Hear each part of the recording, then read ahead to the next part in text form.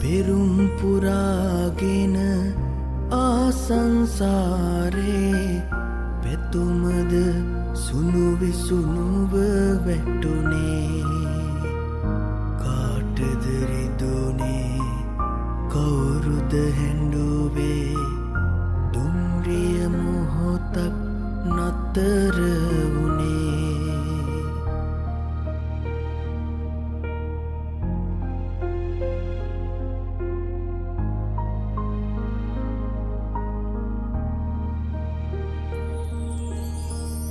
මලක් වගේ රොන් සුවඳ වගේ හායි යාළුවනේ ඔන්න ඉතින් ඔයාලද සාදරයෙන් පිළිගන්නවා අලුත්ම ට්‍රැවල් බ්ලොග් එකකට.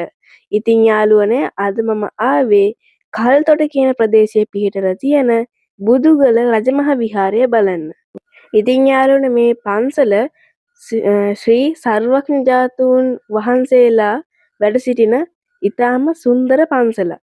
ඉතින් යාළුවනේ ඔයාලට වීඩියෝ එකේ ඉදිරියට යනකොට බලාගන්න පුළුවන් මේ පන්සල කොච්චරක්නම් ලස්සනද කියලා.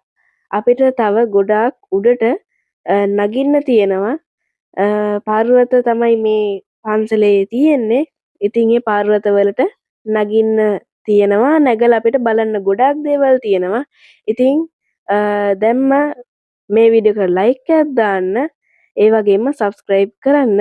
යාළුවනේ මම දැන් යන්නේ අංක 2 ශ්‍රීපාද විහාරය නරඹන්න. ඉතින් පටන් ගන්නකොටම මේ වගේ අපිට තවත් පර්වතයකට නගින්න තමයි තියෙන්නේ. ඒත් කිසිම බය වෙන්න දෙයක් නැහැ. අත්තට තියෙනවා. ඒ වගේම පඩිපෙල් හොඳටම හදලා තියෙනවා. යාළුවනේ ඔයාලා කූරගල ආවොත් අමතක නොකර මේ බුදුගල කියන පන්සලටත් එන්න. මීට එහා කන්දේ තමයි කූරගල පන්සල පිහිටලා තියෙන්නේ. ඒ වගේම ඔයාලට ඊළඟ වීඩියෝස් වලින් බලා ගන්න පුළුවන් මේ පන්සලට ටිකක් ආසන්නව තියෙනවා වලගම්බා රජතුමාගේ මාලිගාවක්. මාලිගාවේ නටබුන් තියෙනවා. ඉතින් එතනත් හරි ලස්සන පරිසරයක් තියෙන්නේ. ඔයාලට ඊළඟ වීඩියෝස් වලින් ඒ වීඩියෝ එකත් බලන්න පුළුවන්. අමතක නොකර subscribe කරලා ඕල් දාලා තියාගන්න. එතකොට යාළුවනේ මම දාන මේ වගේ වීඩියෝස් ඔයාලට නොටිෆිකේෂන් එකක් කරහා බලා ගන්න පුළුවන්. ඉතින් යාළුවනේ බුදුරජාණන් වහන්සේගේ දුෂ්කර ක්‍රියා කරපු ආකාරයත් පිළිම වලින් අපිට නිරූපණය කරලා තියෙනවා. ඉතින් යාළුවනේ මේ පටන්ගෙම විතරයි. තව ගොඩාක් දුර අපිට මේ පර්වත හරහා පඩිපෙළ දිගේ යන්න තියෙනවා. ඉතින් යාළුවනේ මේ පන්සලේ මම දැකපු විදිහට හිටි පිළිම වහන්සේලා දෙනමක් වැඩ සිටිනවා.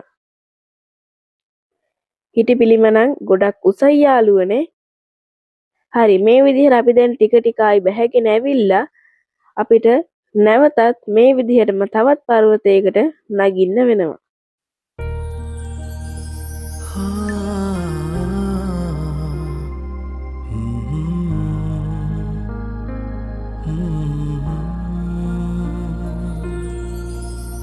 පෙරුම් පුරාගෙන ආසංසාරේ පැතුමද සුණු විසුණුව වැටුනේ කාටද රිදුනේ කවුරුද හැඬුවේ දුම්රිය මොහොතක් නතර වුනේ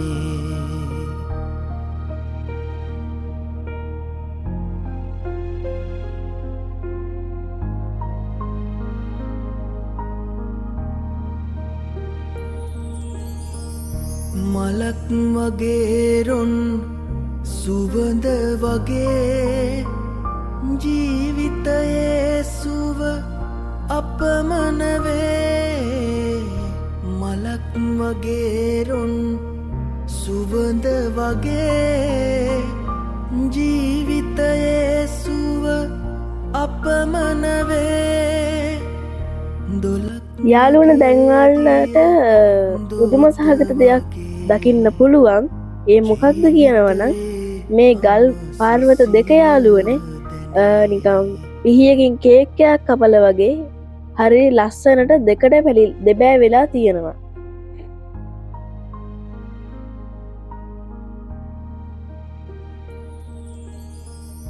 වරක් නෙතග කඳුලැලි පිරුණාදෝ සිතට දරාගනු බැරිදු. යාළුවනේ ඔයාලත් මේ බුදුගලේනවා නම් මෙන්න මෙතන පටලව ගන්න එපා. මෙතන මේ දකුණු පැත්තට ගියාට කිසිම දෙයක් නැහැ. ඒ වගේ මේ වම් පැත්තෙන් ගියොත් තමයි අපිට එළියට යන්න පුළුවන්.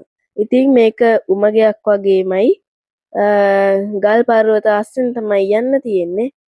මෙන්න මේ විදිහට මේ ගල් පර්වත ඇතුලේ දේවාල කිහිපයකුත් තියෙනවා. ඔයාලට බලා ගන්න පුළුවන්. ඒවල් ඉබ්බදාර ලොක් කරලා තියෙන්නේ. හරි යාළුවනේ අපි මෙන්න මේ විදිහට යනකොට මෙන්න මෙතන මැද මෙදුලක් වගේ හරිම ලස්සන view එකක් අපිට බලා ගන්න පුළුවන්. ඉතින් නගින්න ආස කට්ටියට මෙතන ගල් පර්වත නගින්න කියලා මම රෙකමන්ඩ් කරන්නේ නැහැ. මොකද ඔයාලා ළඟට ඇවිල්ලා බලනකොට මේක හරි භයානකයි. වීඩියෝ එකෙන් බලනවා වගේ නෙමෙයි.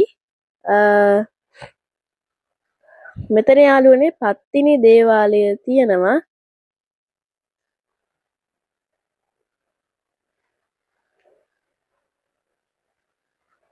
හරි. ඔයාලට දැන් බලා ගන්න පුළුවන් මෙතන කිරිවවුල්ලු ඉන්නවා. එල්ලිලා ඉන්නේ.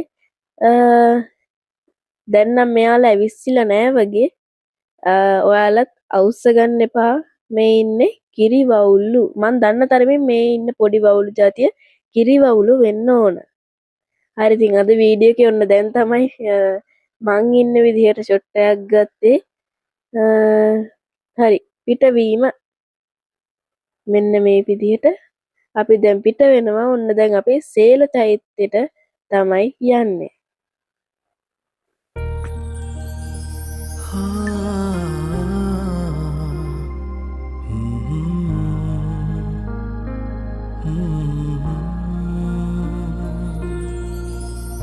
පෙරුම් පුරාගෙන ආසංසාරේ පැතුමද සුණු විසුණුව වැටුනේ කාටද රිදුනේ කවුරුද හැඬුවේ දුම්රිය මොහොතක් නතර වුනේ.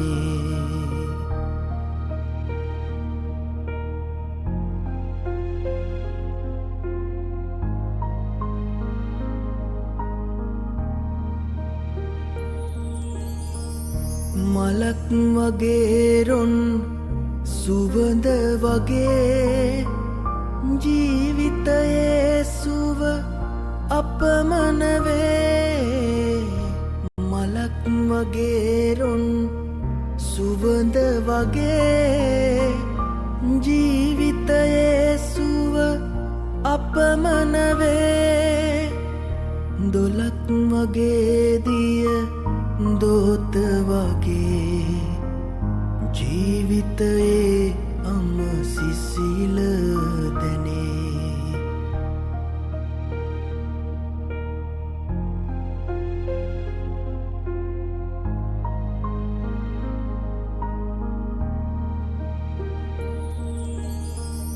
වරක් නෙතග කඳුලැලි පිරුණාදෝ සිතට දරාගනු බැරිදුක් වීදෝ.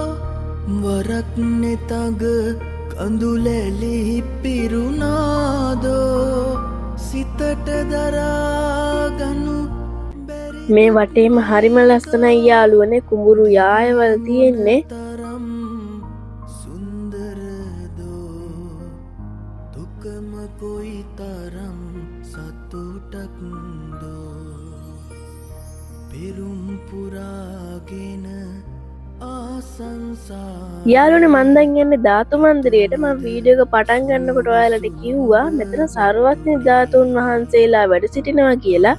ඔයාලත් ආවොත් අනිවාර්යෙන්ම මේකත් බලන්න. මෙතන කණ්ණාඩියක් වගේ තියෙනවා. ඒක වීදුරුවෙන් අපිට ධාතුන් බලන්න පුළුවන්.